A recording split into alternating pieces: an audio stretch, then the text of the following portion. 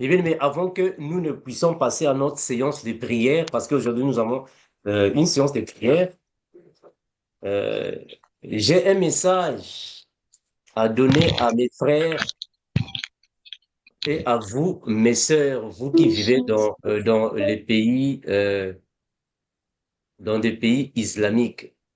Ce n'est pas une façon de vous faire peur, mais juste une façon de vous tenir en garde. Parce que vous savez, mes frères, il y a beaucoup de choses qui viennent dans le monde parfois. Nous n'avons pas tous les mêmes informations. On n'a vraiment pas tous les mêmes notions de ce qui se passe dans le monde. Il y a des choses vraiment terribles qui se passent dans le monde. Alors, j'aimerais juste brosser un peu, juste flasher, afin que vous puissiez comprendre, mes frères, les choses qui se passent dans le monde. Mais bien, mais ici, c'est uniquement une façon de vous tenir en garde. Nos bien-aimés, vous qui vivez dans des pays islamiques, aussi pour nos frères qui vivent dans des milieux musulmans. Je vais répéter, mes frères, c'est important. À nos frères et nos sœurs qui vivent dans des pays islamiques, aussi des frères et sœurs qui vivent en collaboration ou cohabitent ou vivent dans les milieux musulmans. J'aimerais juste ici vous passer ce message, mes frères. Ça, ce n'est pas un message que j'ai pris dans la Bible, mais c'est un ressenti. C'est ce que je suis en train de constater. Et ceci, je crois que peut aussi vous aider. Nous savons tous, mes frères, que il y a la guerre qui se passe en Iran. Israël contre l'Iran et les États-Unis. Bon, moi je sais que plusieurs parmi nous peuvent voir ça c'est-à-dire que dans un sens global, c'est juste une guerre. Mais retenons, mes frères, que dans cette guerre, il y a aussi la part de la religion, très important. Alors, on vient de tuer le leader ou le guide suprême islamique. On vient de le tuer. Et aussi, on vient de tuer plusieurs ministres islamiques, ou soit plusieurs révolutionnaires islamiques en Iran. Alors, mes frères, dans les jours qui viennent, il y aura ce qu'on appelle par la chasse aux croyants, c'est-à-dire la chasse à ceux qui croient au Dieu d'Israël. Donc, toute personne qui croit Dieu d'Israël, après, il y aura des persécutions. Ça, c'est vrai. Moi, je sais déjà que dans plusieurs pays islamiques, il y a des attaques. Comme ça, il y a des persécutions, il y a des tribulations. Beaucoup parmi nous ici qui vivent dans des pays islamiques savent de quoi je suis en train de parler. Mais cette fois-ci, les tensions ne seront plus les mêmes. Il y aura un changement de camp. Ça sera vraiment très, très, très sévère. Donc, c'est à nous, c'est à vous, mes frères, d'être vraiment en garde. Vous voyez, Daniel s'est retrouvé dans Babylone avec ses frères, ses sœurs, le peuple d'Israël. Mais malheureusement, là-bas, puisqu'ils n'avaient pas la même croyance, c'était difficile de voir les choses de la même manière. D'où ils étaient considérés comme des esclaves. On les maltraitait, on les brimait. Toutes les mauvaises choses étaient sur eux parce qu'ils étaient premièrement étrangers et deuxièmement avaient une croyance différente aux Babyloniens. C'est la même chose, mes frères, qui va se passer également après les deuils iraniens. Les musulmans vont faire de cette guerre une guerre religieuse.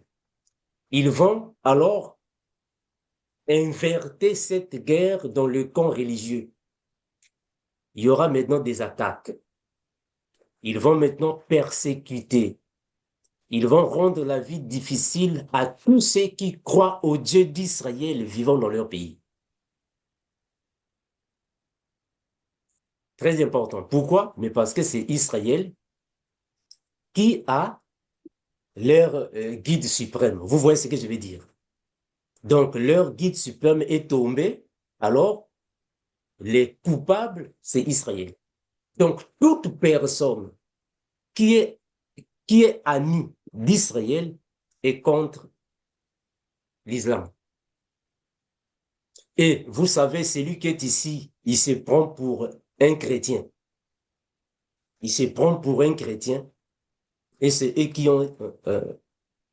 qui ont fait tomber les guides. Donc, les jours arrivent, il y aura la guerre entre les musulmans et les chrétiens. Ça, c'est vrai, ça se passe déjà dans plusieurs pays, dans plusieurs territoires, il y a déjà des conflits. Les conflits entre musulmans et chrétiens, ça se passe déjà dans plusieurs pays. Mais sauf que cette fois-ci, ça va changer de camp. C'est comme si ils vont activer le feu. Ça sera le pire. Cette fois-ci, ça sera le pire. On va assister aux attaques, attentats, persécutions dans plusieurs pays. Et plusieurs chrétiens qui vivent dans des pays musulmans auront des difficultés pour pas seulement se déplacer, mais dans plusieurs domaines. Dans plusieurs domaines, mes frères. Parce que ceci, moi, je suis en train de voir ça dans le sens de l'Apocalypse chapitre 12, le verset 17. C'est ce qui va se passer après. Apocalypse chapitre 12, le verset 17. Que nous dit là-bas les Écritures? Apocalypse chapitre 12, le verset 17. Les Écritures nous disent quoi là-bas? Si vous pouvez voir ça. Apocalypse 12, verset 17. La Bible déclare: Et le dragon fut irrité contre la femme, et il s'en alla faire la guerre au reste de sa postérité, à ceux qui gardent les commandements de Dieu et qui ont le témoignage de Jésus. Amen. Gloire à Jésus. Mes frères, c'est-à-dire qu'ici dans le livre de l'Apocalypse, on est en train de dire que le diable va encore perdre le contrôle du monde des ténèbres. Parce que le diable va mener une guerre avec les forces divines. Le diable mènera une guerre avec le camp du Seigneur et il sera vaincu. Pas seulement lui, mais ils seront vaincus parce qu'il ne va pas combattre seul. Alors, ils vont tomber sur la terre. C'est alors qu'il va attaquer la femme. Mais heureusement pour la femme, le Seigneur va protéger la femme. Malheureusement pour le diable, quand la femme sera à l'abri, qu'est-ce qu'il fera? Il va attaquer la postérité, au reste de sa postérité. C'est la même chose que nous allons vivre dans les jours qui viennent. Puisque l'État islamique va perdre leur guide suprême et leur révolutionnaire islamique, au lieu de combattre les États-Unis, l'Israël, qu'est-ce qu'ils vont faire? Cette colère, cette haine vont retomber sur les chrétiens qui vivent dans leur pays. C'est la même image que nous voyons ici dans Apocalypse chapitre 12, le verset 17. Donc, à vous, nos frères et également nos sœurs, je ne suis pas ici en train de vous faire peur.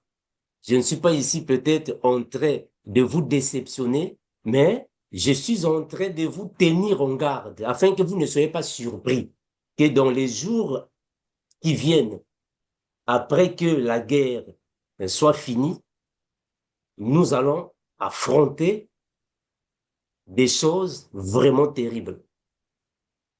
Parce qu'il y aura des vengeances qui vont se faire dans les coulisses.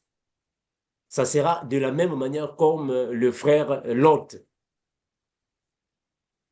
Sera de la même manière que le frère Lot quand il était dans Sodome et Gomorrhe, dans Sodome. Qu'est-ce que le frère Pierre va nous dire? Le frère Pierre nous dit dans 2 Pierre chapitre 2, le verset 7 à 9. Notre bien-aimé frère Pierre va dire quoi?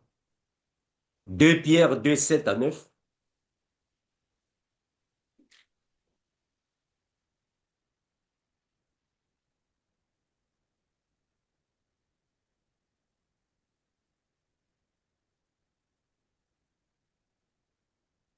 Le micro est fermé. 2 Pierre 2, versets 7 à 9. Hein? La Bible déclare: Et s'il a délivré le juste Lot, profondément attristé de la conduite de ces hommes sans frein dans leur dissolution, car ce juste, qui habitait au milieu d'eux, tourmentait journellement son âme, juste à cause de ce qu'il voyait et entendait de leurs œuvres criminelles. Le Seigneur sait délivrer de l'épreuve les hommes pieux et Merci. réserver les injustes pour Alléluia. être punis au jour du jugement. Amen. Gloire à Jésus. Mais frère, je ne sais pas si vous voyez de la même manière que nous sommes en train de dire ici, le frère Lot aussi vivait dans un pays pareil. Il vivait parmi des pécheurs, parmi des personnes qui menaient des actions criminelles, qui faisaient des choses qui n'étaient pas correctes par rapport à sa doctrine ou soit à sa foi. Et chaque fois, son âme était toujours en péril. Son âme était toujours troublée parce qu'il était parmi un peuple qui faisait des choses que son âme n'était pas d'accord. C'est ce qui va se passer, mes frères, dans les pays islamiques, dans des jours à venir. Ce qui va se passer dans des pays islamiques. Les chrétiens, ou soit les croyants qui sont là-bas, ceux de la foi chrétienne. Pourquoi? Nous le disons, mais parce que vous savez aujourd'hui que toutes les personnes, ou soit les musulmans, pensent que les chrétiens et les judaïques sont pareils. Puisque les chrétiens croient au Dieu d'Israël, ils croient que nous sommes tous dans le christianisme, nous sommes tous dans le judaïsme. D'où les jours arrivent, il y aura des persécutions, des tribulations, des affrontements, il y aura des attaques, parce qu'ils ne vont pas laisser les choses rester en blanc, impunies, en vain. C'est ce qui va se passer dans les jours qui viennent. Je ne sais pas si vous êtes au courant de ce qui se passe dans les médias. Je ne sais pas si vous êtes au courant réellement de ce qui se passe dans le monde actuel. Je ne sais pas si vous êtes au courant de ça. Parce qu'il faut savoir, mes frères, que ici aux États-Unis, le président Donald Trump se prend pour un chrétien. À maintes reprises, il parle de Jésus. Il ne fait que parler de Jésus. Il va s'allier avec les Israélites ou les Israéliens. Ils vont attaquer Iran. Ça, c'est carrément une guerre entre les musulmans et les chrétiens. Vraiment que le Seigneur protège nos frères et nos sœurs, vous qui vivez dans des pays islamiques, vous qui êtes dans des milieux musulmans. Ce message est juste pour vous tenir en garde. Ce n'est pas pour vous faire peur, mais c'est juste pour que vous ayez de la vigilance dans les jours qui viennent pour ne pas être comme au Nigeria, là où les chrétiens ont subi des attaques. Ils ont subi beaucoup de choses, des viols, beaucoup de choses, des pillages à cause de ces choses. Mais aujourd'hui, ça s'est aggravé. C'est devenu encore le pire. Donc, mes frères, ça c'est vrai. Tu vis dans un pays islamique. Tu es chrétien. C'est vrai. Il faut savoir comment marcher. Il faut savoir là où tu vas fréquenter. Il ne faut jamais chercher d'exhiber ta foi chrétienne d'une manière provocatrice. Non. Il faut toujours aussi conserver sa vie, c'est important. Il ne faut pas chercher de provoquer. Tu sais bien que là-bas, il y a des musulmans, c'est un territoire islamique, mais tu vas là-bas avec la Bible. Tu vas pour provoquer. Tu vas les provoquer. Si vous savez que c'est un territoire islamique, musulman, mais tu vas là-bas pour faire des prières. On va prier ici. Dieu va nous protéger. Non, mes frères. Il faut aussi se protéger, c'est important. Dieu va nous protéger, mais toi aussi, il faut savoir là où mettre les pieds. C'est important. Ce n'est pas parce que Jésus nous protège, alors on va s'exposer, on va s'exhiber au danger. Donc, mes frères, ça c'est pour vous, nos frères et nos sœurs. Moi, je sais qu'aujourd'hui, beaucoup parmi nous peuvent encore prendre ça à la légère. Mais les jours arrivent dans peu de temps. Vous allez voir qu'il y aura la chasse aux chrétiens, la chasse aux croyants dans plusieurs pays, surtout islamiques. Ça se fait déjà, mais cette fois-ci, ça va se faire d'une manière à échelle grande. Que le Seigneur vous bénisse, vous fortifie, que le Seigneur soit avec vous, mes frères, afin que cette preuve ne soit pas pour vous une défaite, mais plutôt une façon de fortifier vos vies. On va prier avant de partager notre pain de ce soir. Père éternel, nous te remercions infiniment, toi qui es Seigneur Dieu, créateur de toutes choses, toi qui es incomparable Dieu. Merci parce que tu es l'unique Maître saint et véritable Dieu de toute la création. Car tu nous connais tels que nous sommes. Il n'y a que toi, Père éternel, qui prédestine toutes choses afin que nous puissions les accomplir, afin que nous puissions, Père éternel, suivre les traces de la manière que ta volonté soit toujours, Père, dans les cieux comme ici sur terre. Merci infiniment, Père, ton puissant nom, ton supérieur, nous disons. Amen. Mais bien, mais on va partager les Écritures. Nous savons que le frère Paul nous dit ainsi que nous pouvons venir devant l'Église soit pour transmettre à l'Église une doctrine, une révélation, une prophétie comme une connaissance. Alors nous comprenons, mes frères, que le frère Paul était en train de nous parler de ces 4 choses qui font partie de la doctrine de notre Seigneur Jésus-Christ. La doctrine, c'est quoi? La prophétie, c'est quoi? La révélation et la connaissance dont le frère Paul était en train de parler. C'est important, mes frères. La doctrine, en réalité, ce sont les enseignements de notre Seigneur Jésus-Christ donnés par les apôtres. Ou soit, ce sont les enseignements que nous avons reçus à partir des apôtres que le Seigneur Jésus-Christ a mis son sceau. Parce que ce sont des choses qui ont été scellées par l'Esprit du Père que nous recevons. Donc, la doctrine nous sert énormément afin de comprendre les choses du royaume. Parce que sans doctrine, on ne peut pas avoir les choses que le frère Paul a dit dans des choses telles que la révélation, la prophétie et la connaissance concernant les choses du ciel. Donc, il faut premièrement connaître la doctrine de Jésus avant d'être appelé en réalité ou considéré enfant de Dieu. Nous ne sommes pas enfants de Dieu seulement pour le parler. Je suis enfant de Dieu. Je suis disciple de Jésus. Nous devons suivre la doctrine du Seigneur. Ici, on va parler sur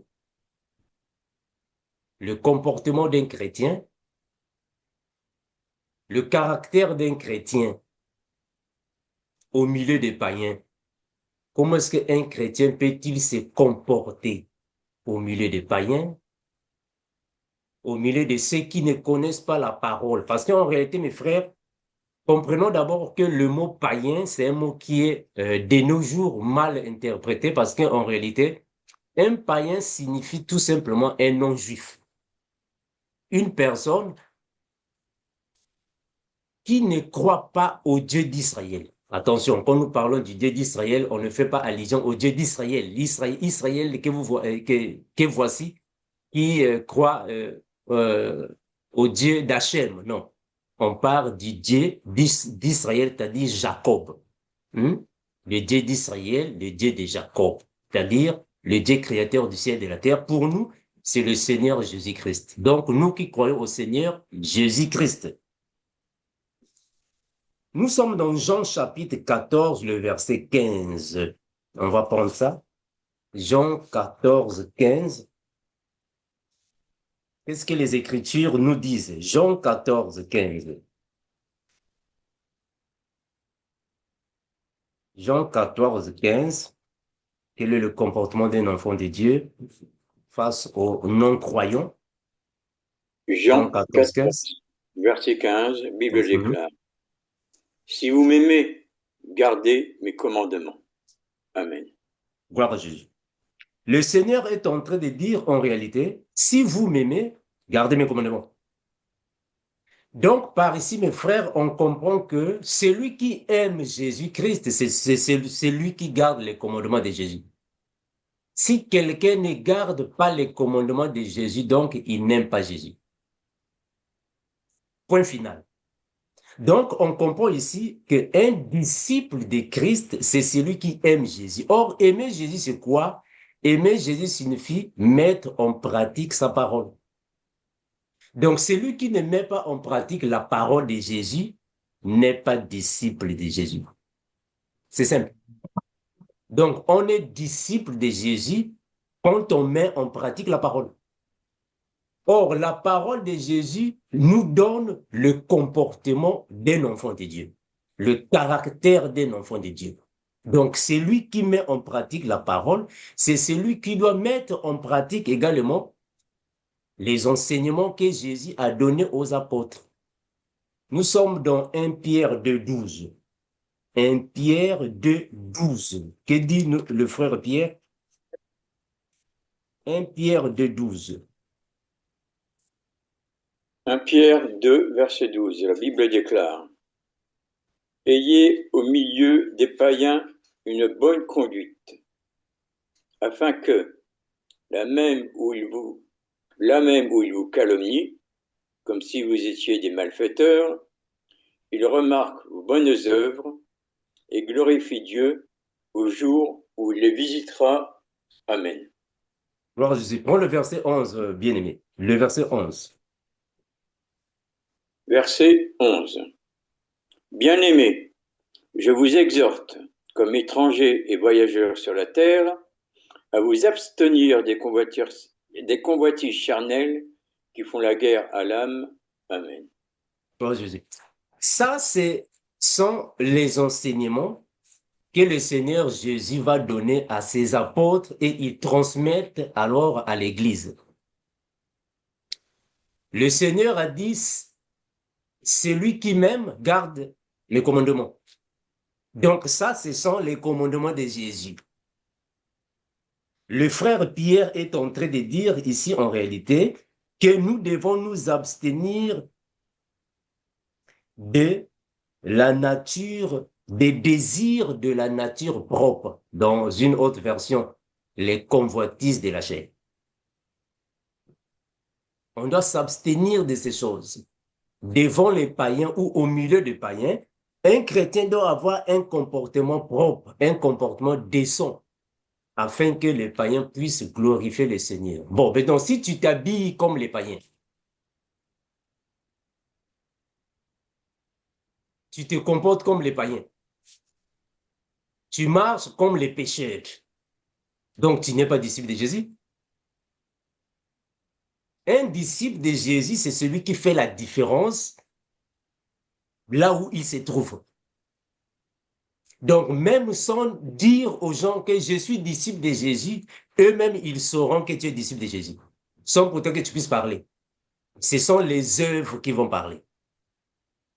Donc, nous qui sommes disciples de Christ, on doit manifester un bon comportement au milieu des personnes qui vivent avec nous. C'est à partir de là que le Saint-Esprit aussi va agir puissamment dans notre vie. Bon, si tu vis dans le péché, comment veux-tu que le Saint-Esprit puisse vivre, puisse réagir dans ta vie? Voilà pourquoi dans la Bible, il y a même eu des gens qui ont essayé de chasser les démons. Et les démons ont dit, oh, mais vous nous chassez, on ne vous connaît pas. Nous connaissons qui est Jésus. On connaît également qui est Paul. Mais vous, qui êtes-vous? Ah, donc, on comprend que avant que le nom de Jésus puisse agir dans ta vie, tu dois avoir un comportement cohérent par rapport aux Écritures. Si ton comportement, si ta conduite ne correspond pas aux enseignements de Christ, donc tu peux dire au nom de Jésus, mais les démons vont commencer à te rire. Voilà pourquoi la Bible dit, voici les miracles qui accompagneront ceux qui auront cru en mon nom, ils chasseront les démons. Mais si tu vis dans l'impudicité, comment est-ce que tu vas les chasser? Toi-même, tu vis dans l'impudicité. Comment est-ce que tu vas encore chasser les démons de l'impudicité? Avant que le nom de Jésus puisse agir et réagir dans ta vie, il faut que ton comportement, ton caractère, ta conduite soit juste devant les hommes et devant le Seigneur. C'est alors que le Saint-Esprit va agir. Donc, ça ne sert pas de dire, Seigneur, agis puissamment dans ma vie. Ça n'a pas de sens. Le Seigneur ne peut jamais agir puissamment dans ta vie si tu ne respectes pas sa parole. Parce que, mes frères, en réalité, le diable n'a pas peur de quelqu'un. Parmi nous ici, le diable ne peut pas fuir quelqu'un ici. Le diable ne peut pas fuir une personne parce que lui, c'est un esprit. Il n'a pas peur de toutes les personnes. Mais le diable fuit le Seigneur qui est en toi. Quand le Seigneur vient dans ta vie et que le diable vient t'attaquer, il ne va pas fuir toi la personne. Non. Parce qu'en réalité, mes frères, il faut comprendre que en puissance, le diable est plus puissant que l'être humain. Donc, le diable n'a pas peur d'un être humain, il n'a pas peur de toi, ni de moi. Mais il a peur de l'esprit supérieur que tu portes. Voilà pourquoi la Bible dit, voici, je me tiens à la porte et je frappe. Si quelqu'un entend et ouvre, il entre. Donc, c'est lui qui a Christ, quand le diable vient, ce n'est pas toi qu'il voit. Mais il voit celui qui est en toi. Or, celui qui est en toi, avant d'agir et de réagir, tu dois mettre en pratique sa parole. Donc, il ne faut jamais se dire, bon, moi je suis disciple de Christ, mais on ne voit pas en toi la manifestation de la parole de Christ que tu portes. C'est ça qui détermine en réalité, non, moi je suis enfant de Dieu. Si ton comportement correspond aux enseignements de Christ. Alors, si ton comportement, ta conduite ne correspondent pas, donc tu n'es pas disciple de Christ. Que va dire le frère Paul? Nous sommes dans 2 Corinthiens chapitre 8, le verset 21. 2 Corinthiens 8, 21, le frère Paul va dire quoi, mes frères?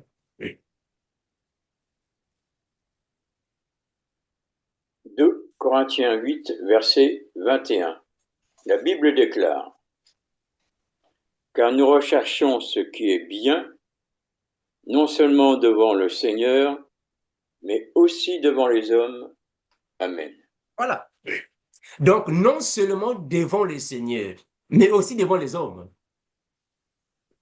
Donc, nous ne sommes pas enfants de Dieu, nous ne sommes pas disciples de Christ parce que, bon, aujourd'hui, c'est le jour de la prière, alors je ne veux pas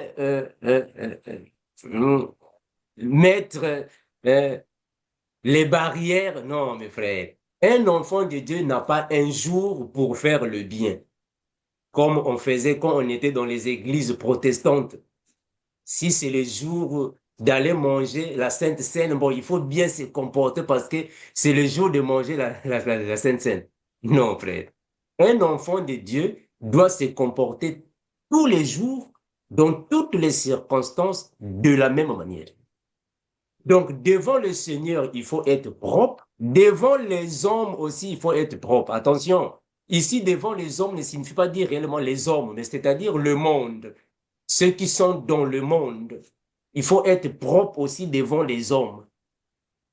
C'est le comportement. Voilà pourquoi la Bible confirme que les bonnes œuvres, si tu n'as pas les bonnes œuvres, donc tu ne peux jamais être convaincu que le Saint-Esprit va puissamment agir en toi. Même si dans ta vie spirituelle, il y a des maladies, il y a des démons, il y a des esprits mauvais, il y a des sorciers qui t'attaquent, les maladies t'attaquent, les sorciers t'attaquent. Si tu es en Christ, sois en paix. Parce que tu es en Christ. Tu es en Christ, tu dois être en paix parce que Jésus-Christ est supérieur à toutes ces dominations. La Bible a dit que Jésus est au-dessus de toute autorité. Donc, étant enfant de Dieu, cela ne signifie pas dire que les démons ne peuvent plus t'attaquer. Non, c'est pas ça. Si réellement tu es enfant de Dieu et que tu es attaqué par les démons, faut pas te préoccuper. Le Seigneur est là. Mais tu dois grandir dans la foi. Parce que si les démons ne t'attaquent pas, les sorciers ne t'attaquent pas, les diables ne t'attaquent pas, comment est-ce que tu vas grandir dans la foi? Tu vas grandir comment? Donc, tu ne peux jamais être disciple de Christ sans attaque. Ça n'a pas de sens. Tu ne peux jamais être disciple de Christ sans persécution. Ça n'existe pas.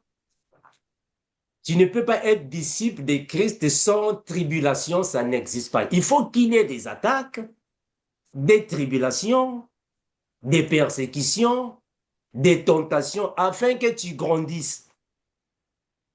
Donc, il ne faut pas dire, non, mais frère Armando, moi, dans ma vie, il y a trop des attaques, il y a trop de sorciers, bon, il y a trop de maladies dans le monde des ténèbres. Le Seigneur te pousse de mener une vie de prière afin que tu puisses t'en sortir de toutes ces attaques. Tu ne peux jamais être champion si tu n'es pas sur le terrain. Toi, tu ne joues jamais. Comment est-ce que tu seras champion? Il faut combattre. Voilà pourquoi le frère Paul a dit, j'ai combattu le bon combat. J'ai gardé la foi. Ah, donc, avant de garder la foi, il faut combattre le bon combat. Donc, si tu n'as pas le bon combat, tu ne peux pas garder la foi. Donc, le combat est lié à la foi. Le combat est lié à la foi.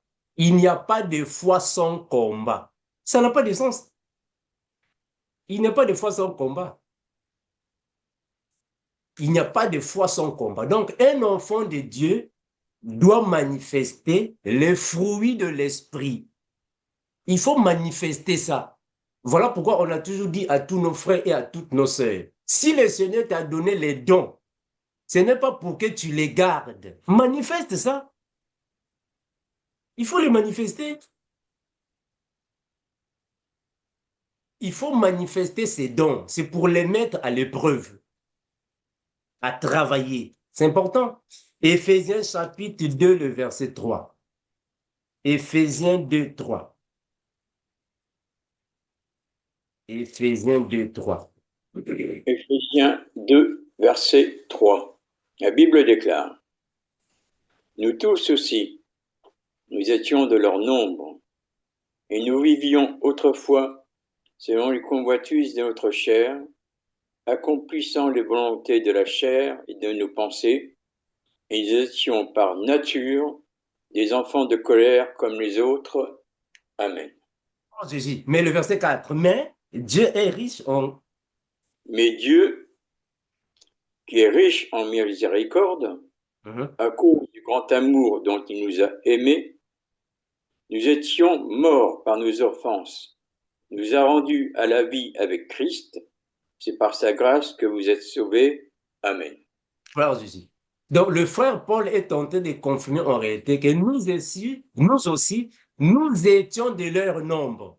Le nombre de qui? Mais ceux qui sont dans le monde.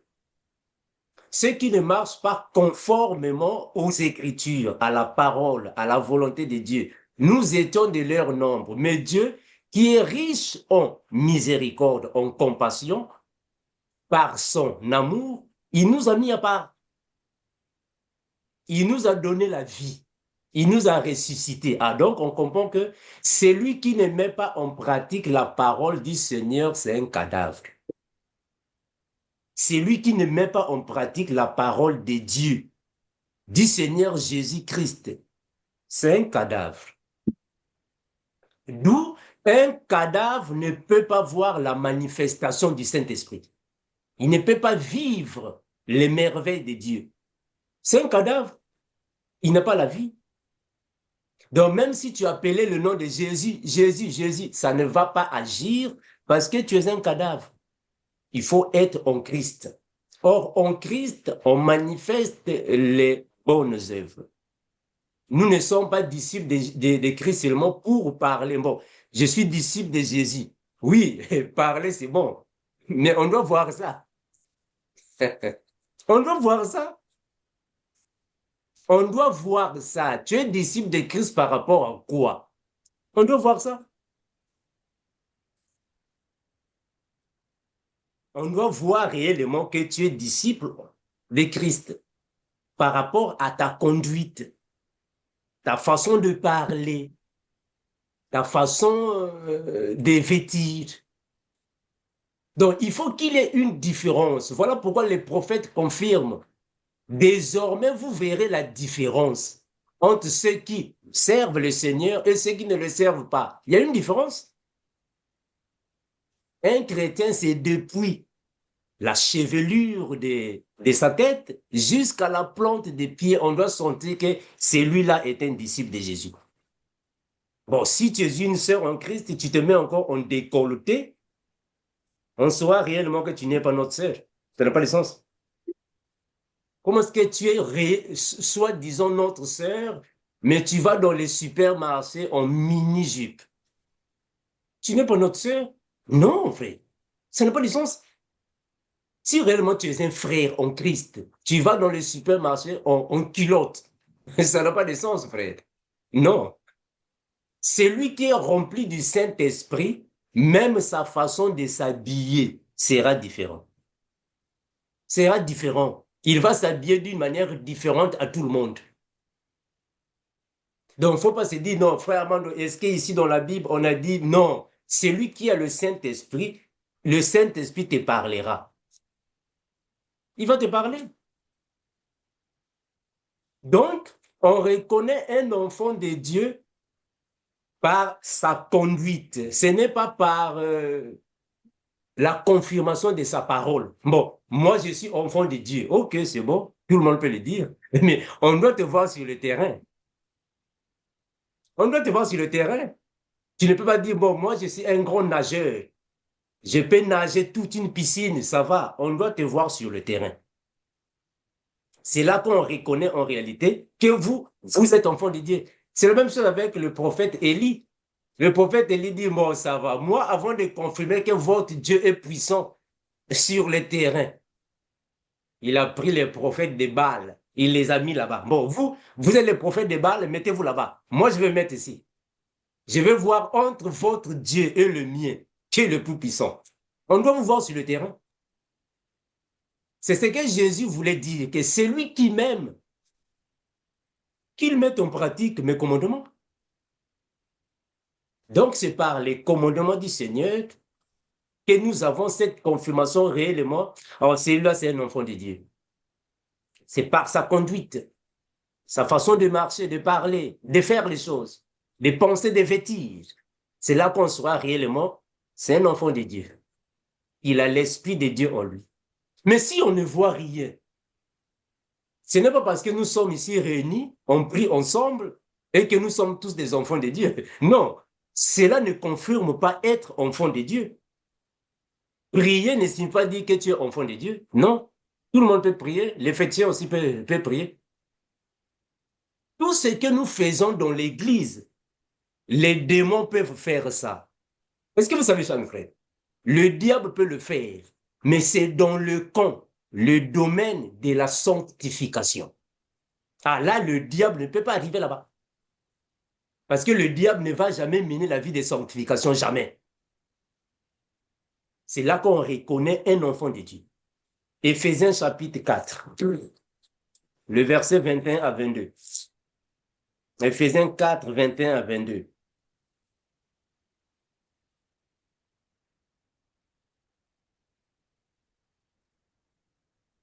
Éphésiens 4, versets 21 et 22. La Bible déclare: si du moins vous l'avez entendu, et si, conformément à la vérité qui est en Jésus, c'est en lui que vous avez été instruits à vous dépouiller. Eu égard à votre vie passée, du vieil homme qui se corrompt par les convoitises trompeuses. Amen. Gloire à Jésus. Donc, nous qui avons reçu les enseignements de Jésus-Christ, nous qui avons reçu la doctrine de Jésus-Christ, mais on doit se débarrasser des choses du monde. On doit se dépouiller des choses du monde. On doit se débarrasser de tout ce qui est contraire à la volonté. Bon, toi, tu te dis chrétien, mais chaque samedi, tu es toujours dans les fêtes. Tu es encore attaché là-bas. Tu te dis chrétien, mais ton comportement est toujours... ce n'est pas toujours cohérent. C'est lui qui s'est dit enfant de Dieu, un disciple de Christ, c'est par la conduite qu'on saura.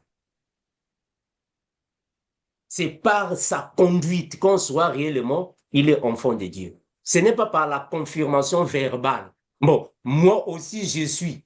Oui, c'est bon, tu peux l'être, mais on doit te voir sur le terrain. On doit te voir sur le terrain. C'est important.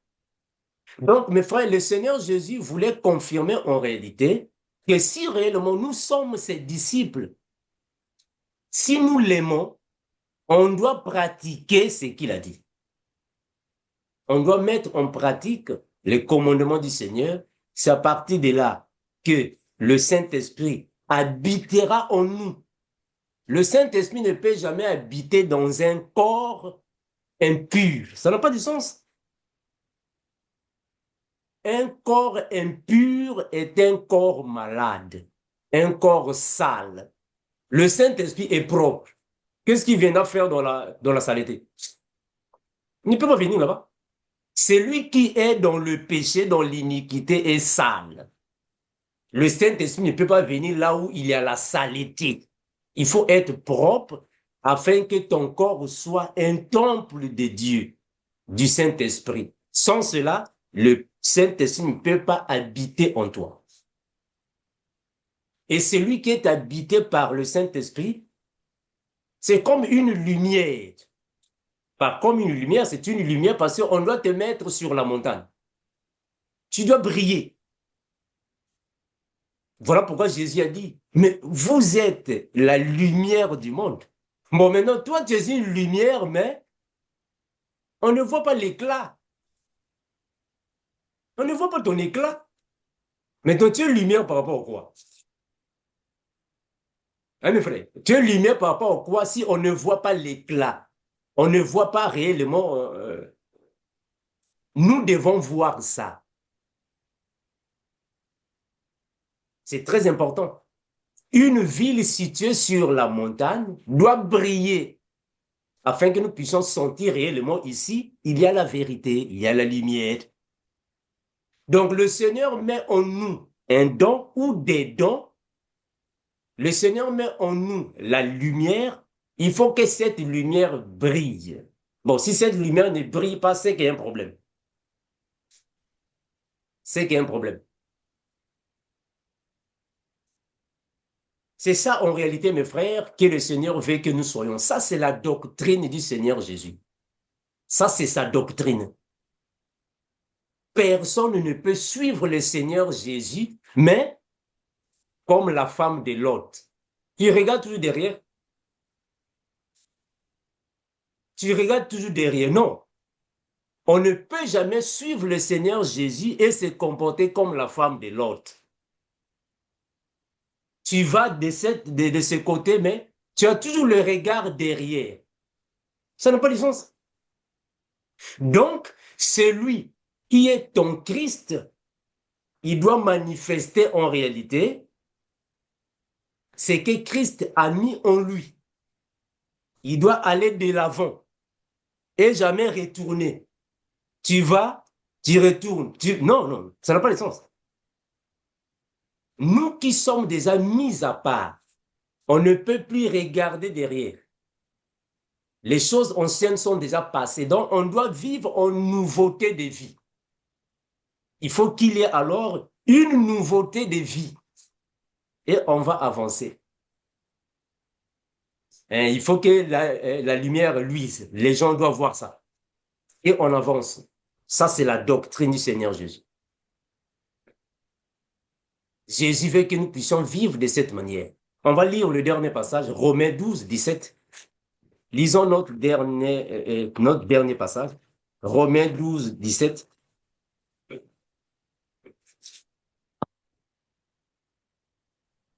Romains 12, verset 17. La Bible déclare: ne rendez à personne le mal pour le mal, recherchez ce qui est bien devant tous les hommes. Amen. Voilà Jésus. Recherchons ce qui est bien devant tous les hommes. Ne rendons jamais le mal pour le mal. Ça, c'est le caractère des chrétiens. Un chrétien, c'est ça, le disciple de Christ, un enfant de Dieu. Ça, c'est son caractère. Il est incapable de rendre le mal pour le mal, incapable de faire ça. Un enfant de Dieu ne peut jamais garder la rancune. Donc, tu vas garder ça pour rendre le mal, pour te venger, pour chercher de détruire quelqu'un pour une petite chose seulement. Ça, ce n'est pas le comportement d'un enfant de Dieu. Il faut toujours chercher ce qui est bien. Il est mieux de se retirer pour vivre en paix que de continuer dans la guerre. Un disciple de Christ peut se séparer de quelqu'un, mais ne te divise pas avec la personne. C'est différent. Tu t'es séparé, c'est-à-dire tu t'es éloigné pour garder ta paix, mais tu n'as pas de problème avec la personne. Pour voir s'ils se reconnectent. C'est différent quand tu veux alors se diviser d'une personne. Tu t'éloignes de la personne et tu continues d'amener la vie dure à la personne.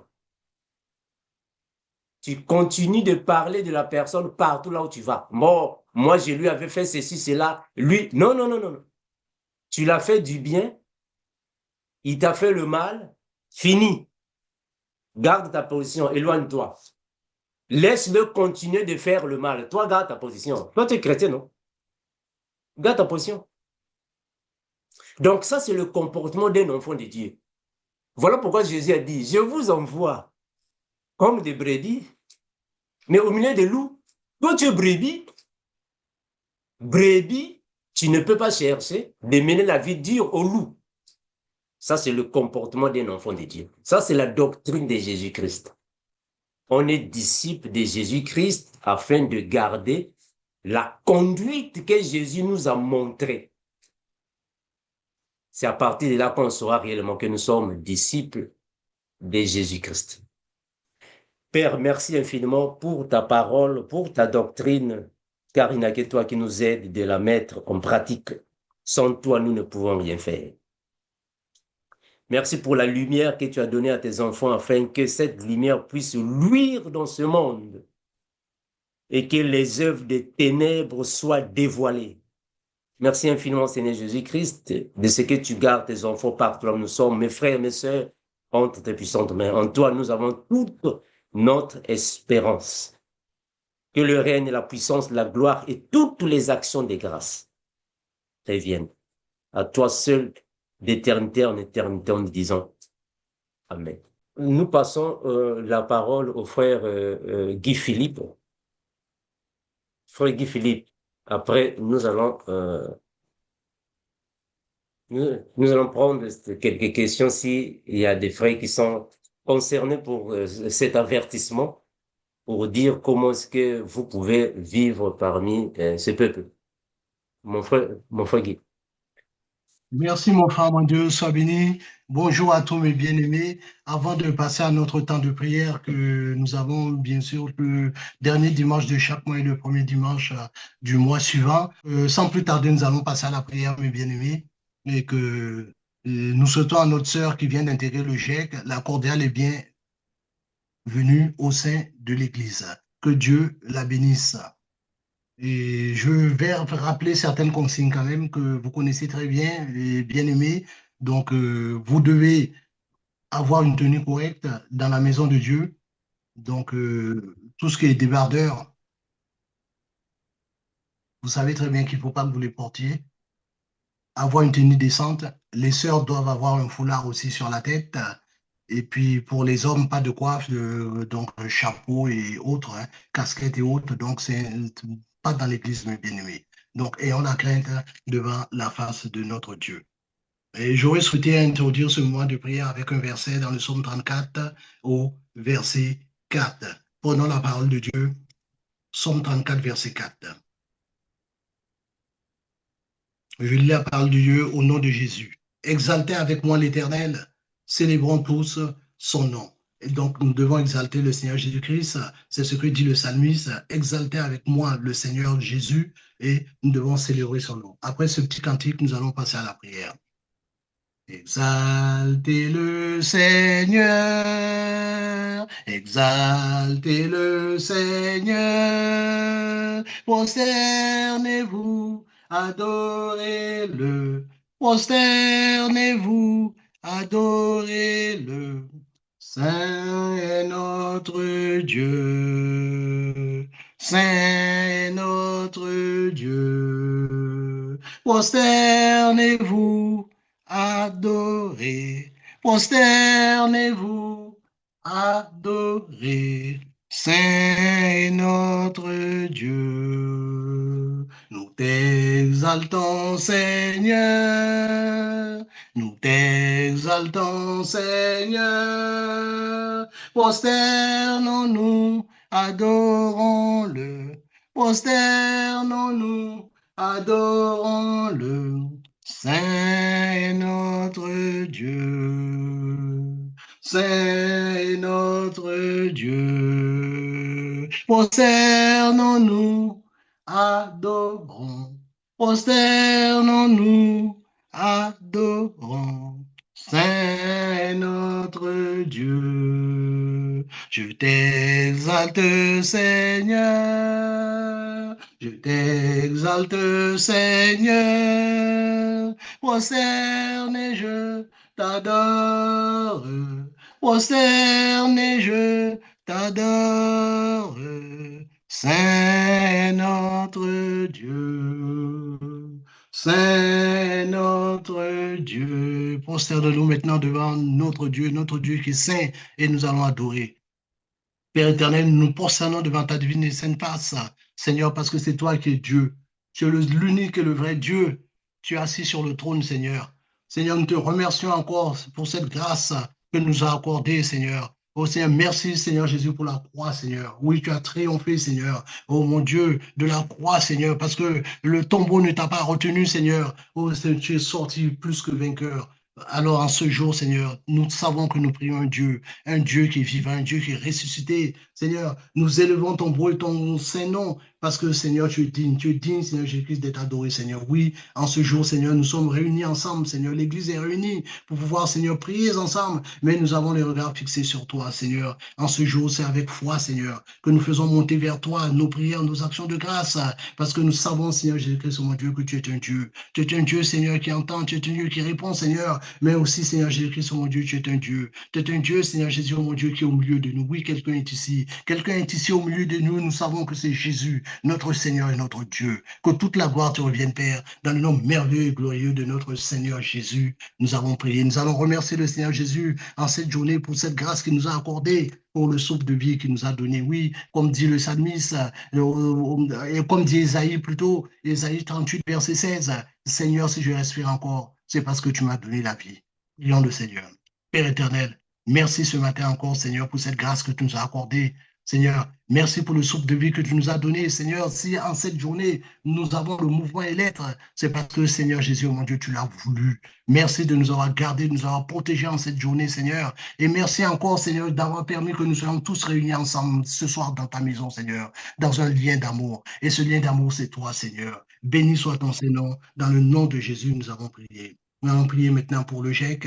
Nous allons demander au Seigneur Jésus-Christ de bien vouloir bénir les bien-aimés qui sont dans le GIEC, que le Seigneur puisse continuer à être à l'œuvre au travers du Saint-Esprit et qu'il se passe parmi nous des prodiges, des miracles, des vies transformées, car le Seigneur Jésus-Christ est toujours le même. Prions le Seigneur.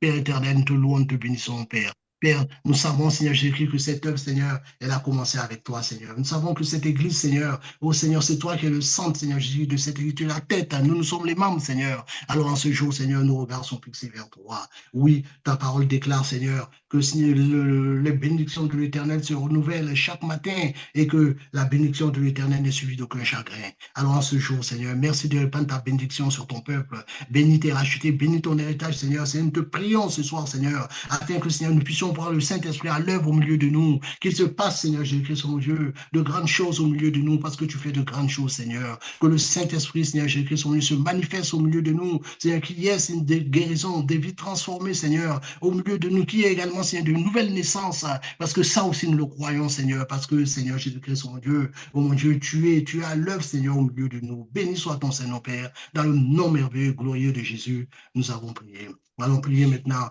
pour le GIEC jeunesse. Nous allons remettre tous ces jeunes entre les mains du Seigneur, que le Seigneur Jésus puisse les garder, mais que le Seigneur Jésus aussi puisse permettre aussi qu'ils aient un cœur qui soit pas dur, mais un cœur qui soit ouvert pour le Seigneur.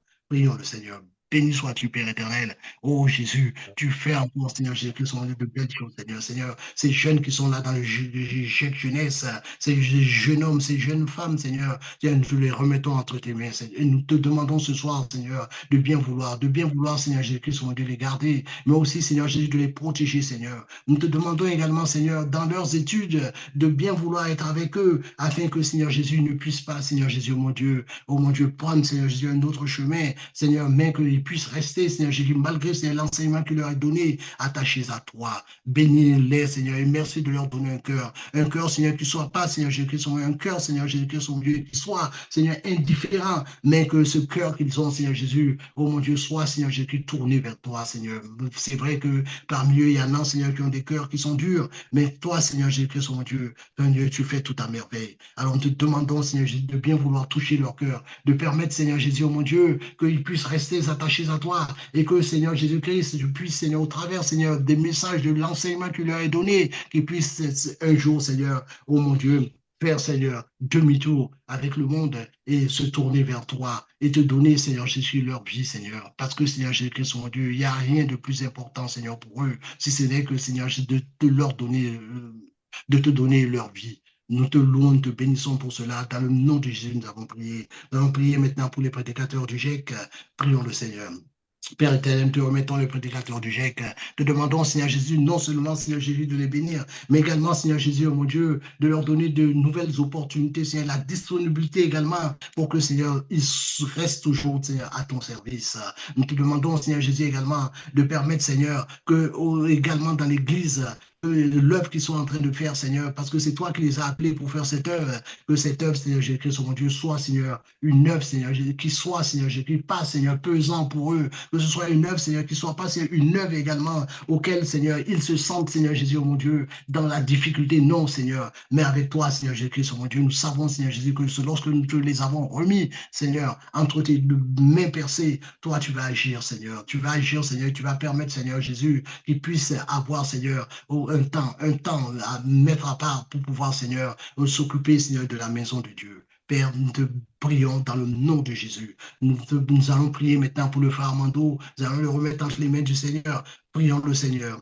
Père éternel, nous te remettons le frère Armando entre les mains, Seigneur. Seigneur, bénis encore le frère Armando. Seigneur, cette œuvre, Seigneur, il a commencé avec toi, Seigneur. Oh, c'est toi, Seigneur Jésus, mon Dieu, qui l'a, Seigneur Jésus, choisi pour, Seigneur, faire cette œuvre. Et nous savons, Seigneur Jésus, mon Dieu, que s'il a commencé avec toi, Seigneur, Seigneur, il ira jusqu'au bout. Rien ne pourra s'y opposer, Seigneur, pour pouvoir, Seigneur Jésus, oh mon Dieu, empêcher cette œuvre. Non, Seigneur. Alors ce soir, Seigneur, nous te demandons de bien vouloir lui donner, Seigneur, les moyens, la disponibilité également, Seigneur Jésus-Christ, mon Dieu, de bien vouloir encore, Seigneur, renouveler ses forces, le renouveler également, Seigneur Jésus, mon Dieu, son esprit, afin que, Seigneur, il puisse, dans son temps d'enseignement, Seigneur, encore, Seigneur, toucher les cœurs, Seigneur, de plusieurs personnes, parce que ces vidéos, Seigneur, touchent les cœurs. Et en ce jour, Seigneur, nous te disons encore merci. Merci de nous avoir donné, Seigneur, Dieu, oh mon Dieu, un serviteur, un berger, Seigneur, qui est tout le temps là, Seigneur Jésus, oh mon Dieu, derrière les brebis. Que toute la gloire te revienne, Père. Dans le nom de Jésus, nous avons prié. Nous te remettons également, Seigneur, son épouse.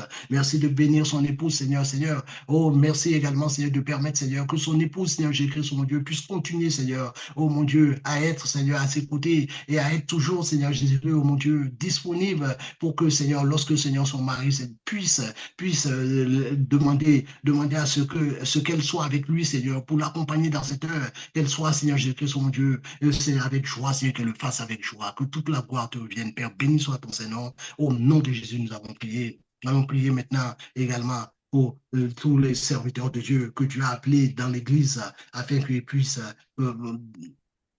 continuer à enseigner la parole de Dieu. Prions le Seigneur. Père éternel, oui, c'est vrai, Seigneur Jésus-Christ, mon Dieu, que ceux que tu as appelés, Seigneur Jésus-Christ, mon Dieu, sont nombreux. Nous remettons tous les enseignants, nous remettons, Seigneur, tous les prédicateurs, nous remettons tous ceux que tu as donné un ministère également, Seigneur, entre les mains, Seigneur. Oh Jésus, merci de bénir, Seigneur, tous ces serviteurs et de permettre, Seigneur Jésus-Christ, qu'ils puissent continuer, Seigneur Jésus, mon Dieu, à répandre, Seigneur, le bon parfum de l'évangile, afin que, Seigneur, des âmes puissent encore, Seigneur, se donner à toi. Oui, c'est vrai que la moisson est grande, il y a peu d'ouvriers, tu l'as dit toi-même, Seigneur. Alors nous te prions également afin que tu puisses susciter des ouvriers, Seigneur, dans la moisson, pour que, Seigneur Jésus, mon Dieu, il puisse ne pas manquer, Seigneur, aucun ouvrier pour, Seigneur, dispenser la parole de Dieu.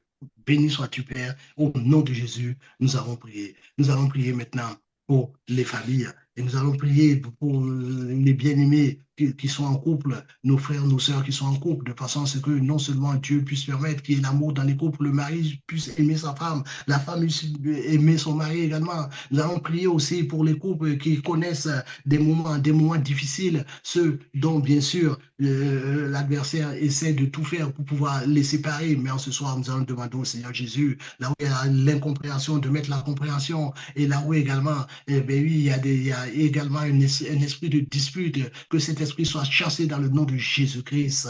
Et nous allons prier également pour les conjoints ou les conjointes qui sont convertis au milieu de nous, que le Seigneur Jésus-Christ puisse, par le bien-aimé qui est converti ou la bien-aimée qui est convertie, toucher le cœur de son mari ou de sa femme. Et nous allons prier également pour remettre les enfants entre les mains du Seigneur, que le Seigneur Jésus-Christ puisse bénir les enfants, les protéger, les garder également, et que le Seigneur Jésus-Christ puisse permettre qu'il y ait, c'est que ces enfants puissent s'attacher à lui. Oui, parce que nous voulons, comme Josué a dit, moi et ma maison, nous servirons l'Éternel, que les maisons des enfants de Dieu soient des maisons auxquelles le nom de l'Éternel, le nom du Seigneur Jésus-Christ soit proclamé. Et je vais demander à mon frère Rupert de prier. À toi, mon frère. Béni soit le Dieu d'Abraham, Seigneur, mon Dieu, mon roi. Merci encore une fois de plus pour tout ce que tu ne cesses de faire, mon Dieu, mon roi. Père éternel, Dieu des armées, nous remettons encore ce moment entre tes saintes mains et que toi seul, mon Dieu, tu puisses encore étendre ta main sur tes enfants ici présents. Étends encore ta main, Seigneur Jésus-Christ, disponible encore tes prédicateurs, éternel Jésus-Christ, ceux-là que tu as choisis, éternel Dieu des armées, pour être ici, pour annoncer la bonne nouvelle, l'évangile, éternel Jésus-Christ, que tu nous as enseigné. Père éternel Jésus-Christ, j'aimerais que toi seul encore tu puisses prendre le plein contrôle, éternel Jésus-Christ, de cette séance de prière. Oh mon Dieu, Seigneur Dieu des armées, enlève, éternel Jésus-Christ, tout esprit de distraction. Enlève, éternel Dieu des armées, tout esprit de faiblesse, tout esprit de paresse. Oh Seigneur Jésus-Christ, disponible encore, mon Dieu, mon roi, nos cœurs et nos pensées, afin que nous puissions être connectés, éternel Jésus-Christ, dirigés, guidés par l'Esprit Saint, éternel Jésus-Christ, et que lui seul puisse prendre le plein contrôle, éternel Dieu des armées, de cette séance de prière, mon Dieu. Donne encore, éternel Jésus-Christ, la clairvoyance. Donne encore, éternel Dieu des armées. Ouvre encore, permets encore, éternel Jésus-Christ, que nous puissions entendre, éternel Dieu des armées, ta voix. Ô Seigneur Jésus-Christ, nous remettons encore ce moment en tes saintes mains et que toi seul tu puisses être au centre, éternel Jésus-Christ, de cette réunion de prière. Manifeste ta bonté, agis puissamment, nous avons prié. Amen. Amen. Dieu demanda à la sœur Claudia de se préparer, ma sœur. Nous allons porter ce sujet de prière pour ceux parmi nous qui sont célibataires. Que le Seigneur Jésus-Christ puisse continuer à les fortifier. Il y en a qui passent des moments difficiles dans le célibat, que le Seigneur puisse également les consoler. Et nous allons prier aussi pour tous ceux parmi nous qui aspirent également au mariage, que le Seigneur puisse amener l'âme, le frère ou la sœur, selon la volonté de Dieu, afin que ce mariage soit un mariage qui soit heureux. À toi, ma sœur Claudia, s'il te plaît.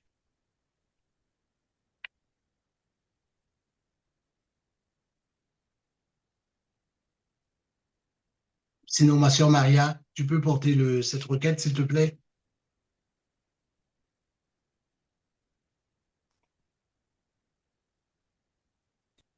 Sœur Claudia, sœur Maria.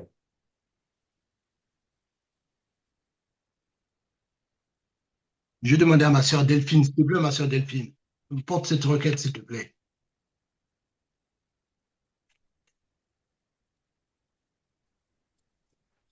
Seigneur Jésus, Père céleste, merci encore, toi qui es le Dieu souverainement élevé, toi qui es le roi des rois, le Seigneur des seigneurs, le Saint des saints, le Dieu des dieux, Père. Ce soir, j'élève encore ma voix vers toi, Seigneur, en faveur de mes frères et mes sœurs, Papa, qui aspirent au mariage éternel, mon Dieu, mon roi, Papa.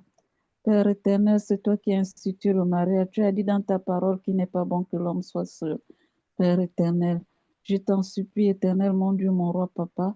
Regarde tes enfants, Seigneur Jésus, qui désirent, éternel, mon Dieu, de rentrer dans le lien du mariage, Papa. Père, je te prie, Seigneur Jésus, de les conduire, éternel, mon Dieu, Papa, dans les choix qu'ils vont faire, éternel, mon Dieu. Que tu veilles à ce que, éternel, mon Dieu, mon roi, Papa, qui ne se trompent pas, Seigneur Jésus, mais que tu les guides, éternel, mon Dieu, mon roi, Papa. Oh Seigneur Jésus, mon Dieu, mon roi, Papa, qu'ils te placent au premier plan, Seigneur Jésus, de leur vie, Papa, dans les choix qu'elles vont faire, Seigneur Jésus. Que la femme puisse prouver, éternel, mon Dieu, Papa, un homme, Seigneur Jésus, qui a la crainte de ton nom, Seigneur Jésus.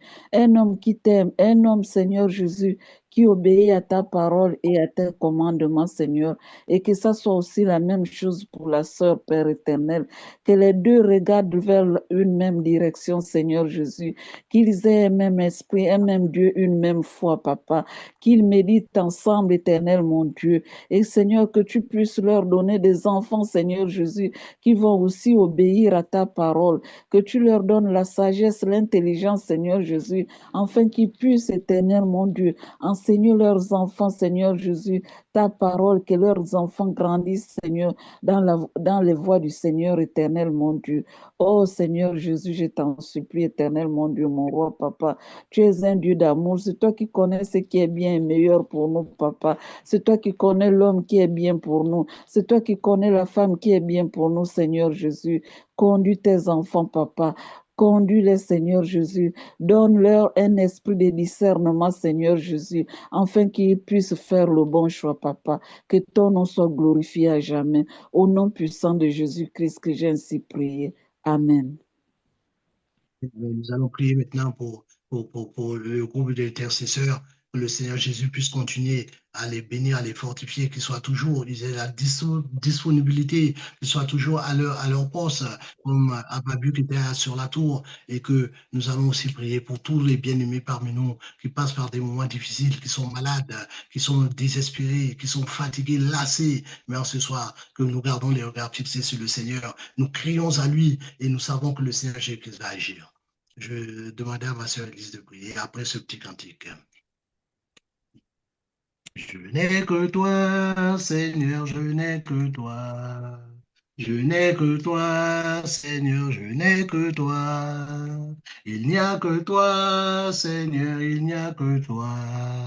Il n'y a que toi, Seigneur, il n'y a que toi. Pour délivrer, il n'y a que toi, Seigneur, il n'y a que toi. Il n'y a que toi, Seigneur, il n'y a que toi. Il n'y a que toi, Seigneur, il n'y a que toi. Il n'y a que toi, Seigneur, il n'y a que toi. Pour guérir, il n'y a que toi, Seigneur, il n'y a que toi. Il n'y a que toi, Seigneur, il n'y a que toi. Il n'y a que toi, Seigneur, il n'y a que toi. Il n'y a que toi, Seigneur, il n'y a que toi. Pour consoler, il n'y a que toi, Seigneur, il n'y a que toi. Oh mon sauveur, il n'y a que toi, Seigneur, il n'y a que toi. Il n'y a que toi, Jésus, il n'y a que toi. Il n'y a que toi, Seigneur, il n'y a que toi. Ma sœur Élise, à toi, ma sœur. Alléluia. Il n'y a que toi, Seigneur Jésus-Christ. Il n'y a que toi, ô Père, qui puisse briser en nous tout ce qui n'est pas conforme à ta volonté dans nos vies. Il n'y a que toi pour nous relever, Père. Nous venons crier à toi, ô Éternel, toi qui as dit dans ta parole que la foi vient de ce que nous entendons, et ce que nous entendons vient de la parole du Seigneur. Seigneur Jésus, nous venons, Seigneur, encore une fois devant toi, Père, car nous demandons la foi, Seigneur. La foi, Père éternel, ô Père, en ta parole, Seigneur. Lorsque tu dis, ô Jésus, que la prière de la foi sauvera le malade. Ce que tu as dit, tu l'exécuteras, Seigneur Jésus, parce que tu es saint. Tu es saint, tu es infiniment saint, Père. Nous venons, Seigneur, nous abandonner devant toi, ô Éternel des armées. Nous venons, Seigneur, te présenter nos infirmités, Seigneur. Nous venons te présenter les malades, Père éternel. Nous venons te présenter ceux qui sont cloués dans les lits d'hôpitaux, Seigneur. Ceux qui sont enchaînés, Seigneur, sur leur lit, Père, dans leur maison, Père éternel. Nous venons te présenter, Seigneur, ceux qui sont agités, Père éternel, dans leur esprit, ô Dieu. Nous implorons ta miséricorde, afin que tu étendes ta main toute puissante, Père éternel, afin que tu manifestes encore ta miséricorde, ta grâce et ta bonté, Père éternel. Toi qui as dit, lève-toi, prends ton lit et marche, Père éternel. Cette parole n'est que vérité, ô Dieu. Toi qui nous as donné, ô Père, de marcher sur les scorpions, Père éternel, nous venons manifester la foi que tu nous as donnée, Père éternel, et l'assurance parfaite à ta parole, Père. Nous t'implorons, Seigneur Jésus, afin que ceux, Père, qui sont arrivés ici et ceux qui n'ont pas pu venir, Père, à cause, Seigneur, de quelque sorte de maladie que ce soit, Père, que tu agisses maintenant dans le nom puissant de Jésus-Christ. Tu as dit dans ta parole que voici les signes qui accompagneront ceux qui auront cru. Ils imposeront les mains aux malades et les malades seront guéris. Ils chasseront les démons seront chassés. Père éternel, tu as dit, peu importe les breuvages qui nous seront donnés, Père, rien ne nous atteindra, ô éternel, parce que oui, Père, tu vis en nous. Tu as dit, Seigneur, que nous ne vivons plus, mais c'est toi qui vis en nous. Tu nous connais mieux que nous-mêmes, Seigneur. Quel est l'organe, Seigneur, de notre corps que tu ne connais pas, Seigneur? Nous venons devant toi, ô éternel, afin que toi seul, Seigneur, tu repars, afin que toi seul, tu brises les chaînes, Seigneur, qui nous retiennent courbés, Seigneur, afin que toi seul, Père éternel, tu accordes la guérison, ô Père, car tu as dit, Seigneur, que l'intelligence de l'homme n'est que folie devant tes yeux, ô éternel. éternel. Il n'y a que la folie, Père, mais il n'y a que toi qui peux guérir, ô Dieu. Nous implorons ta miséricorde, Seigneur Jésus. Nous t'implorons, Seigneur, afin que toi seul tu détaches les anges du ciel et que ton onction, Père éternel, ton don de guérison soit manifesté au milieu de l'assemblée, Seigneur, au-delà, Seigneur, des contrées, oui, ô éternel, parce qu'il n'y a point de limite en toi. Nous te rendons grâce, Seigneur Jésus, pour tous nos frères et nos sœurs que tu as relevés en ce soir, Père. Nous te disons merci, Père éternel, pour les maladies que tu ôtes du dedans de nous, Seigneur. Nous te disons merci, Père éternel, pour l'aveugle, Seigneur spirituel, à qui tu donnes vue, Père. Nous te rendons grâce, Seigneur Jésus, pour les oreilles que tu fermes, Seigneur, afin que nos oreilles, Seigneur, soient concentrées sur ce qui est saint, ô éternel. Papa, nous te rendons grâce, Père éternel. Nous te disons merci, Seigneur Jésus, pour les portes, Père éternel, que tu fermes, afin que, ô Père, que nous soyons gardés en toi, car tu as dit dans ta parole que nos vies sont cachées en toi. Béni soit ton Saint-Nom, Seigneur Jésus-Christ. Nous te disons merci, Seigneur, pour nos frères, Seigneur, que tu as guéris au milieu de l'assemblée, Seigneur, et au-delà de l'assemblée, Père éternel. Nous te disons merci, Seigneur, pour les vies, Père éternel, Papa, que tu as reconstruit, oui, Seigneur, parce que tu es le réparateur des brèches, ô éternel. Tu as redonné vie aux eaux desséchées, Père. Papa, nous te rendons grâce, Seigneur Jésus, pour ta bonté, pour ta miséricorde, Père éternel. Béni soit ton Saint-Nom, Seigneur Jésus. Toi qui as dit que tout ce que nous demandons, nous le demandons au nom puissant de Jésus-Christ, afin que le Père soit glorifié au travers du Fils. Béni soit ton Saint-Nom en ce soir, Père. Nous te rendons grâce et nous te bénissons, et pour des siècles des siècles. Amen. Gloire à Jésus. Mon frère Jean-Marie, parle-toi, mon frère Jean-Marie. Nous allons prier maintenant de façon à ce que nous puissions nous remettre entre les mains du Seigneur Jésus, puisque le Seigneur Jésus a dit sans moi, vous ne pouvez rien faire. Nous le savons très bien que nous avons besoin du Seigneur Jésus, parce que nous, ce n'est que de nous-mêmes, nous sommes faibles. Alors ce soir, nous allons demander aux frères de remettre cette requête de prière entre les mains du Seigneur et de prier pour l'Église, de façon à ce que chacun d'entre nous, nous puissions non pas considérer les choses qui sont dans le monde, nous puissions garder les regards fixés sur le Seigneur, que nous puissions également cultiver du bon fruit, les fruits de l'esprit, à la gloire de Dieu le Père, que ce soit ceux parmi nous qui sont bien sûr, qui ont un cœur difficile, un cœur dur, un cœur à ne pas pardonner, ce soit que le Seigneur Jésus-Christ puisse leur donner un cœur pour pardonner, qu'au milieu de nous, tous ceux qui ont encore de l'orgueil dans le cœur, que le Seigneur Jésus-Christ permette que cet orgueil soit chassé au nom de Jésus, que nous puissions diminuer encore, de façon à ce que le Seigneur Jésus-Christ lui seul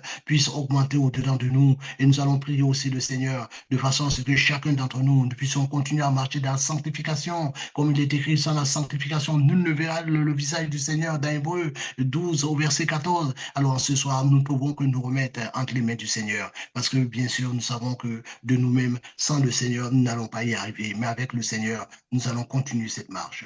À toi, mon frère Jean-Marie. Seigneur notre Dieu, je te loue, je te rends grâce, Seigneur, parce que tu es notre Dieu. Il n'y a que toi. Il n'y a que ton nom que nous pouvons invoquer, pas d'autre nom. Tu es le Dieu avec un D majuscule, créateur du monde. Et tu nous as choisis pour être tes enfants, Seigneur. Tu es un Père rempli d'amour, d'un amour incommensurable, que l'on ne peut mesurer, tellement il est immense. Oh Seigneur, Seigneur, nous devons reconnaître que nous ne sommes pas toujours des enfants sages, mais Seigneur, Seigneur, tu nous regardes comme un père qui aime ses enfants. Tu peux avoir un jugement, Seigneur, comme un père juge ses enfants. Mais Seigneur, Seigneur, ton amour est encore plus grand que le Père qui nous a conçus, Seigneur. Ton amour était tellement grand que tu as envoyé ton Fils sur cette terre afin qu'il soit cloué sur cette croix, afin de porter nos péchés. Seigneur, c'est sur lui que nos regards doivent se porter quotidiennement. C'est lui notre lumière. C'est lui qui nous montre le chemin. C'est lui qui nous mène par ses réflexions. Seigneur, il a dit, aimez les uns les autres, Seigneur. C'est le premier commandement, après celui d'aimer le Père. L'amour est la plus grande chose qu'un chrétien puisse distribuer autour de lui, dans sa famille, dans ses amis, au dehors. Et s'il montre un regard d'amour suffisamment grand, il attirera vers lui ceux qui ont besoin de comprendre et de chercher. Seigneur, nous te remercions pour le souffle de vie que tu nous as donné ce matin, Seigneur, car c'est toi qui tiens notre vie dans ta main. Il suffirait que tu fermes ta main et nos jours terrestres s'arrêteraient. Seigneur, agissons donc comme si demain était notre dernière journée, car les moments sont difficiles et nous voyons de grands troubles approcher, Seigneur. Mais ne soyons pas dans la crainte, car la crainte vient du diable. Nous avons l'assurance, Seigneur, puisque tu es auprès de nous. Seigneur, je remets tout ceci entre tes mains. Par ce nom de Jésus-Christ, j'ai prié. Amen. Amen. Père éternel, nous te louons, te bénissons, te rendons grâce, Père. En ce soir encore, Seigneur, nous te disons encore merci, parce que c'est toi qui as permis que nous puissions ce soir élever notre voix, que nous puissions ce soir, Seigneur, porter autour de la grâce toutes ces requêtes, et nous croyons déjà, Seigneur, que tu as l'œuvre, Seigneur, et que tu vas, Seigneur Jésus, répondre, Seigneur, et que tu vas permettre que, au milieu de nous, Seigneur, ceux qui se sentaient, Seigneur Jésus, oh mon Dieu, fatigués, que ce soir, Seigneur, ils vont retrouver, Seigneur, la force, et que la paix, Seigneur Jésus, soit dans le cœur de chacun de nous. Béni soit ton Seigneur. Dans le nom de Jésus, nous avons prié. Amen et amen. Et je remets la parole au frère Armando. À toi, mon frère. Père, merci infiniment pour ta parole, pour ta doctrine, car il n'y a que toi qui nous aide de la mettre en pratique. Sans toi, nous ne pouvons rien faire. Merci pour la lumière que tu as donnée à tes enfants afin que cette lumière puisse luire dans ce monde et que les œuvres des ténèbres soient dévoilées. Merci infiniment, Seigneur Jésus-Christ, de ce que tu gardes tes enfants partout là où nous sommes, mes frères et mes sœurs, entre tes puissantes mains. En toi, nous avons toute notre espérance. Que le règne, la puissance, la gloire et toutes les actions des grâces reviennent à toi seul, d'éternité en éternité, en disant Amen. Mes bien, merci pour votre participation. Nous avons déjà, je crois que nous avons des frères et des sœurs qui peuvent poser des questions ou réagir par rapport à ce que nous avons dit. Au cas contraire, nous allons nous dire au revoir, juste pour vous rappeler que nous avons encore les prédicateurs, les intercesseurs qui sont là. Donc, en cas de besoin, vraiment, veuillez nous faire signe afin que nous puissions, même en aparté, prier concernant les situations que vous nous appelez d'habitude. Le Seigneur nous fera toujours grâce de prier avec vous, mes frères, quand le temps nous sera possible ou favorable. Merci, mes bien-aimés. Je ne sais pas s'il y a quelque chose à partager. Merci, mes frères. Que le Seigneur vous bénisse, qu'il vous garde. À nous revoir, mes frères, le week-end prochain. Merci et bye bye. Soyez bénis. Merci. Gloire à Jésus. Amen. Bon week-end. Bonne semaine. À bientôt. Que Dieu vous garde. Merci. Merci. Bye bye. bye. Bon week-end à tous. Merci. Bonne à tous. Bonsoir. J'invite seulement ma main. Père Guy. Amen. Amen. Frère, bonjour. Bonne semaine. Frère Armando. Salut, salut frère Jean-Pierre, merci. Salutations, c'est Maria. Salutations, sœur Elisa, salut. Salutations à tous. Bon Jésus. Merci. Sœur Priscille, sœur Estienne, salutations. Le frère Emoro, salut. Frère Dibi, salut. Bye bye, merci. Amen. On voit bien. Sœur Ludiville, salutations à tous. Merci. Amen.